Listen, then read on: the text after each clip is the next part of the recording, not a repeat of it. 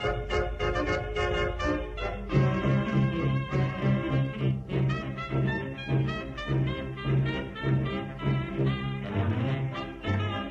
and welcome back to Harlan is in Danger. I'm your host, Tom, and today I'm joined by my good friend and co-host, Mitch.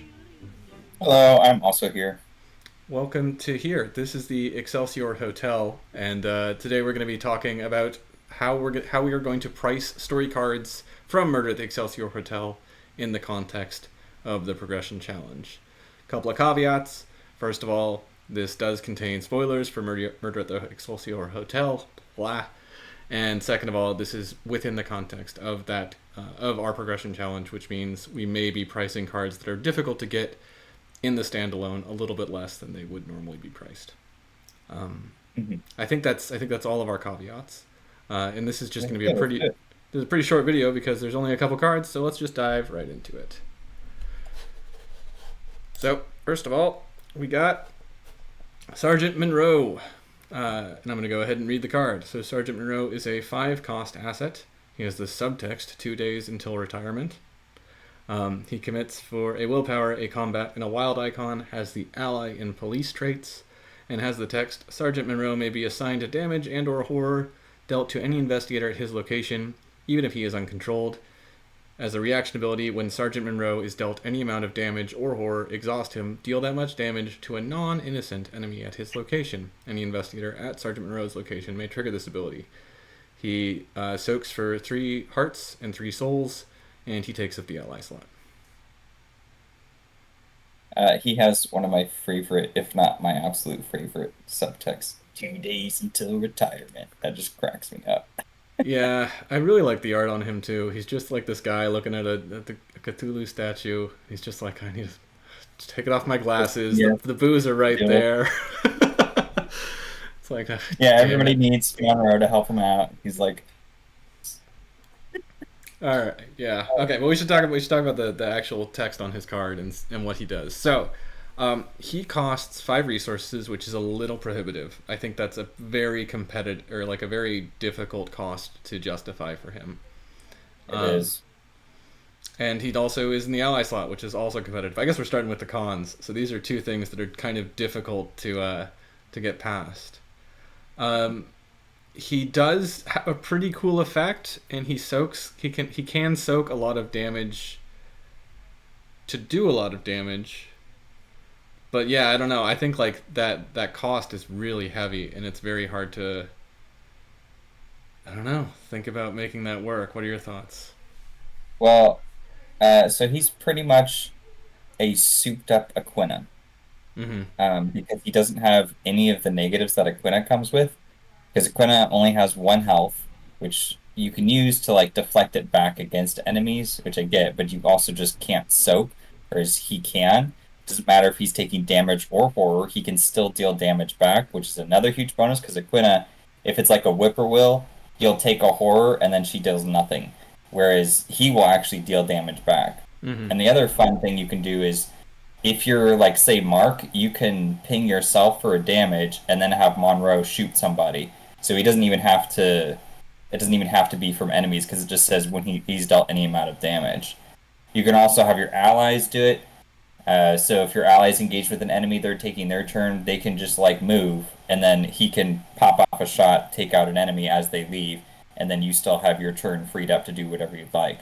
So I mean, his ability is about as versatile as Aquina's effect can be. That said, Aquina is a very low tier card. Yeah. But would she be low tier if she had all of this text? Like, this is the text she should have. Yeah, I don't know. I think like I've only played 1 Aquina deck, and I feel like it worked about as well as I thought it was going to work, because this was later in the life cycle of the game, when I kind of knew I knew that Aquina was pretty. She wasn't celebrated. And I've played him once, and I do think it felt better to play him. I don't really know why that is. Maybe it's just the novelty of like, I got this guy. He's a big beefy guy. And like, I think that as we're kind of like seeing with Lady Esprit, having the ability to have someone else at your location activate him is like a pretty good deal. Just because sometimes that's Although I don't know. Now that I'm looking at him, that's not as big of a deal here because it's a reaction window. It's not like an action window. Sometimes, like with Lady Esprit, it was just like nice to be like, oh yeah, you need resources or healing. You can activate her on your turn. I'm busy getting clues or whatever. This is a reaction Yeah. window, which whoever controls him could use anyways. Yeah, I mean, I think his is a bit more helpful because, I mean, the first part of his text is the classic Guardian effect of, Mm-hmm. he assigned damage and horror from dealt to any investigator at your location. And I like the idea of, like, let's say you had him and I'm the seeker. Maybe I just want to investigate. I have an enemy on me, but then I just deal the damage to Monroe and have Monroe kill that enemy. I mean, I suppose he won't kill him. Well, actually, he probably will because you can, like, let's say the enemy does one damage and one horror. You just assign both of that to Monroe, and then he would deal two damage back. Is that right? Yeah, deal that much damage to a non-innocent enemy, which is Yeah. everybody. Okay. Nobody's innocent. So, I mean, that's pretty. Because basically you don't have to worry about turn order. You never Right. enter that situation of going, oh shoot, I have to go first because of this. And I guess that doesn't happen too often, but it's nice. Yeah. So And I guess like yeah, kind of thinking about it, the other one he's kind of comparable to is like Brother Xavier, just without like that stat boost that yeah, Brother Xavier gives you. So that's like a take some damage for a friend, and then when he dies, he does two damage. So he kind of gets that, but without having to die first. Which, Hmm. yeah. All right. Yeah. Well, That is an interesting comparison. yeah. So he does start to seem a little bit more expensive now. Hmm. All right. Well, I think we should cut it here, put together our pros and cons, and then come up with a cost. And when we come back, we'll go over that with y'all. All right, and welcome back. So here's kind of the notes of what we talked about. So for the pros, we put that he has some real good soak, and does something with that soak, and like your friends can use him. And then for the cons, we noted that he is very costly. He doesn't have a stat boost, and your friends will kill him. Uh, he's also a singleton ally, which is like something that is like directly hurting him, I think, a little bit. So we ended up settling on the cost of 2 XP. Also, kind of considering that he is pretty hard to get in his scenario. So, play with him if you get him. Anything to add to that? No, I think that's perfect. He's sort of between Brother Xavier and Aquina then. I mean the functional Aquina, of course. Mm-hmm. Uh the five resource cost really does put him Yeah. outside of a league. I mean, he's interesting. We'll have to see. I'm curious to see if there is maybe some really strong rogue combination with this guy because they can afford to pay for him, Mm-hmm. like a rogue fighter. But we'll see. We'll revisit a deck like that and maybe revise if needed. Yeah. All right. Well, let's go ahead and move on to the other card in this pack. And by other card, I mean other cards. We have the Bloodstained Dagger and What Have You Done? So I'm going to read these out for you. Bloodstained Dagger, it has the subtext, the murder weapon. It is a one-cost asset that commits for a wild, has the item, weapon, melee, and potentially the cursed traits. uh, as an action, you can fight and get +2 for this attack. And as an action, you can exhaust Bloodstained Dagger and take 1 horror. Fight, you get +2 for this attack and deal +1 damage for this attack. If this attack defeats an enemy, you get to draw 1 card. Then What Have You Done is a treachery weakness that is madness traded and has revelation. Put What Have You Done into your threat area. And as an additional cost for you to parlay, you must discard a card at random from your hand. As an action, you can shuffle What Have You Done into your deck. So, initial thoughts. What Have You Done does very little. Yeah. It's the classic answer to What Have You Done is not much. So Yeah, I mean the card basically is just a dead draw. That's the worst of it because I mean you would only need to parlay. I think in solo, if you're in multiplayer, you could just have your teammate do that, mhm. or like you were saying off screen, Tom, just discard a card from your hand. Like, Yeah, if it's how often do you need to parlay? It's usually near the end of the scenario, so you can just get rid of your cards. It's just time to move on. Yeah, if it's So, absolutely necessary, discard a card, and if it's necessary but not absolutely necessary, maybe just take an action to shuffle it into your deck. And like, yeah, it's a dead draw later potentially, but also you can parlay now when you actually need to do it. So right. what have you done is not that bad. Is I guess the point of this entire conversation. Yeah, I don't think it's that bad. So it's tied to the Bloodstained Dagger, right? If you Hmm. take this in your deck, you get what have you done shuffled into your deck as Yeah, well. that is I think what we want to do with it. I think like yeah, Rig-Ru come out by this point. So like the monstrous transformation with Bloodlust or Bloodthirst or whatever it was. Whatever it was. The curse of, maybe it was just the curse of the Rig-Ru. I don't remember. But like that, those two Oh, cards, yeah. we're gonna kind of have one of the costs associated with Bloodstained Dagger to take Bloodstained Dagger is that you get what have you done as a Mhm. random basic weakness or as a basic weakness. Weakness, just as a weakness, whatever. Um, Just a weakness, yeah. yeah, As for the dagger itself, it's not bad. It's a decent souped up knife. You get the basic attack from the knife, the +2 attack, which is more or less useless unless you're fighting rats or something like that. But then you also get a secondary action where you can exhaust it, and then you get +2 attack and deal +1 damage. And if you kill an enemy, you draw a card. But you do have to take a horror in order to do this. So it's only going to work in decks that can heal horror, which are oftentimes not high combat decks. Maybe like Mark, but it's got lots of options as well. so I don't. Okay, for two things. First of all, I don't think that +2 fight for this attack is entirely negligible, right? Like the top action. Well, because like there are odd health enemies, right? So you do that first attack first. You get +2 for it. If you have a 4, you're batting at 6. If you have a 3, this is like making your 3 a serviceable 5, right? Like that's something you can do.